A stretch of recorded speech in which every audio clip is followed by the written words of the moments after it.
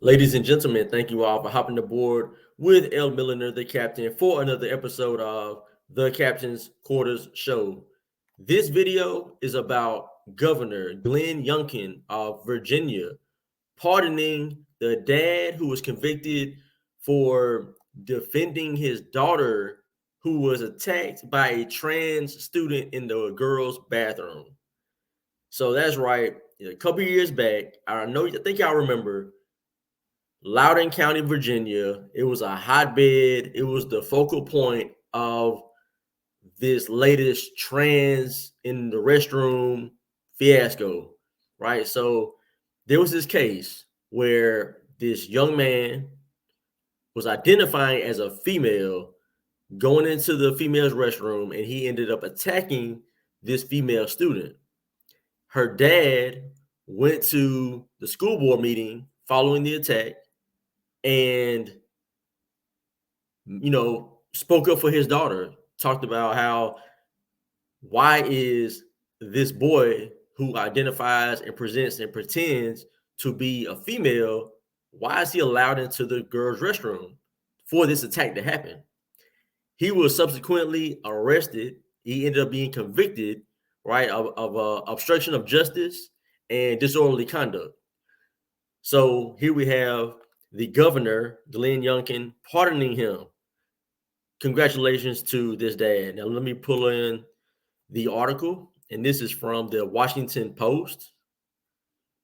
And I do have video a little bit later of the governor speaking on this case. Headline: Youngkin pardons father of girl sexually assaulted at Loudoun School. Let's get into the article. Glenn Youngkin, who's the Republican governor, pardoned a Loudoun County father, right? And whose arrest has sparked outrage, becoming a national symbol of the growing parents' rights movement in schools.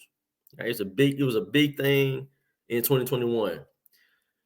The father, his name is Scott Thomas Smith. He was convicted of obstruction of justice and disorderly conduct after he was forcibly removed by police from a school board meeting he attended following the assault on his daughter by another student in 2021. He appealed to the circuit court, and the obstruction of justice conviction was dismissed, according to the attorneys representing him on the appeal. They said a trial on the disorderly conduct conviction had been scheduled for later this month. So no need for that because the governor's pardon announced Sunday affirms Smith's factual innocence for disorderly conduct. So wipes that clean. He is a free man. Shout out to him. Now, the interesting part about this was, let me get into this part of the article. All right. The case drew national attention at a time of intense political polarization in education, becoming entangled in debates over transgender issues because the student was wearing a skirt when he assaulted Smith's daughter in the school bathroom, right? Because a lot of times these individuals who identify as the opposite, they use it to go and gain access to a victim. That's what they do, right? Whether it be a school principal, a man that dresses in drag, he's going to use, that to access. He's going to use his position as a principal or a teacher or whatnot to access students. Because a lot of times they are sick in the mind. They are depraved individuals. And so this young man did the same thing to gain access to this young lady.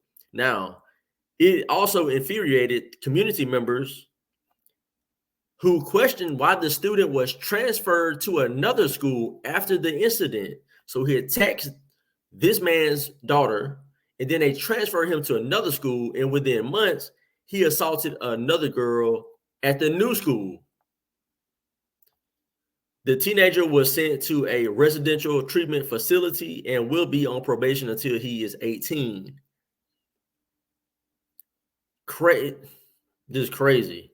Now, let me play this video from the governor speaking on this incident. headlines because a lot of people remember this case, this showdown in Loudoun County, which is outside DC here. He had a daughter who'd been sexually assaulted. He went to a school board. He was demanding information, trying to get answers. It got pretty heated at one point, and he actually got arrested. His name is Scott Smith. He expressed frustration this summer when he found out he was going to have to face trial this fall on a remaining charge. He said, "I have yet to hear from our governor, Glenn Youngkin." Is your administration in contact with him about his case? We are in contact with him. And in fact, I spoke with Mr. Smith on Friday, and I had the privilege of telling Mr. Smith that I would pardon him. And we did that on Friday. We righted a wrong. He should have never been prosecuted here. This was a dad standing up for his daughter. And just to remind everyone, his daughter had been sexually assaulted in the bathroom of a school, and no one was doing anything about it. And in fact, it took the election of a new governor, me, and my directive to our Attorney General, Jason Miyares, to investigate this, to uncover the fact that the superintendent had in fact covered it up. That is right. Man, I remember following this situation, and the school board, the superintendent of schools, all the administrators involved in this just wanted to turn a blind eye to it, ignore it. They went at the parents for speaking up against these trans kids in these restrooms because of situations like this will happen. They were demonized from it. And this dad was arrested. His own daughter got assaulted, and he got arrested for speaking up about it. And he was immediately terminated when the final report from the grand jury was issued. Mr. Smith did what any father would do, what any parent would do, was stand up for their child. And even worse, what then happened was the perpetrator was moved to another school and sexually assaulted another young woman. This was a gross miscarriage of justice, and I was so pleased to speak with him on Friday and be able to issue a full pardon for him. Awesome. Absolutely awesome. That was the best case. Get the right governor in there, pardon the man. Now he doesn't even have to go back to court or anything like that. Go through with his appeal. Good to go, man. Clean the slate. I love it. I love it. This is to me, this case right here just kind of illuminates this issue, and it should bring more eyes to understand, to see what is happening throughout the country, right? New York, California, this was in Virginia, but you have very similar things happening in conservative states as well, but in more blue-run cities. You're seeing a lot more of this type of thing happen because these blue cities are pushing for these non-discrimination restroom, bills and ordinances and that type of thing. It's almost like they're encouraging this type of acts to happen. Why else would you push for a young male to be able to present and pretend to be a female to gain access to females in the restroom? That's their area. Let these females be in the female area. Let the males be in the male area. Whether it be a restroom, a locker room, a shower, whatever the case, right? Sports, whatever the case, just do what is right and just, period, right? I'll leave it there. Y'all, please hit that like, leave me a comment. What do you think about this case? Do you agree that the dad should have been pardoned? Yes or no? Let me know what y'all think about it. Share the video with a friend, and of course, hit that subscribe. Thank y'all for hopping aboard with me for another one. This was the Captain's Quarter Show. I was your host, L. Milliner, the Captain. Until next time, I am gone.